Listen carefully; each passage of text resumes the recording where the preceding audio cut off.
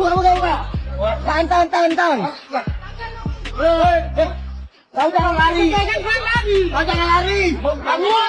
jangan lari. Kau apa tuh aku bang?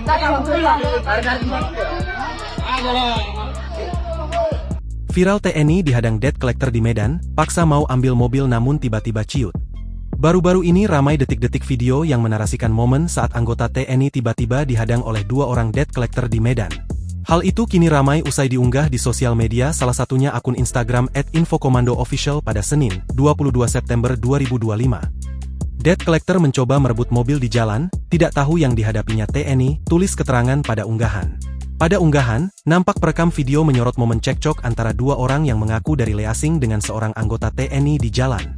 Disebutkan jika anggota TNI bernama Serda Ray Menra Lubis dari Kesatuan Yonarmed 2 KS tiba-tiba dihadang oleh kedua debt collector saat akan membawa mobilnya. Keduanya nampak berusaha mengambil paksa mobil yang dibawa Serda Ray Menra Lubis, hingga terjadi keributan di sekitar Medan Mall. Buka pintunya, tahan, kau jangan lari, ungkap debt collector tersebut.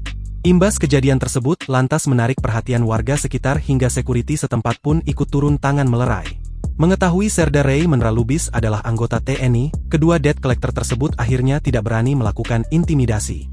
Tidak lama kemudian anggota Babinsa setempat bernama Sertu M. Panjaitan akhirnya tiba di lokasi untuk melakukan mediasi. Dari keterangan yang disampaikan oleh Serda Ray, diketahui mobil Daihatsu Sigra tersebut bukan miliknya melainkan dipinjam dari saudara iparnya bernama Fuad Nugraha. Serda Ray sendiri tidak tahu jika mobil yang dipinjamnya tersebut sedang bermasalah dengan Leasing. Kedua belah pihak pun sepakat damai setelah saudara ipar Serda Ray Menra Lubis bersedia datang untuk menuntaskan permasalahannya dengan pihak Leasing. Disebutkan jika cekcok antara dua orang debt collector dengan seorang TNI di Medan ini terjadi pada Minggu, 21 September 2025. Video yang berdurasi 48 detik ini pun kini ramai ditanggapi oleh warganet. Download Tribun X sekarang, menghadirkan lokal menjadi Indonesia.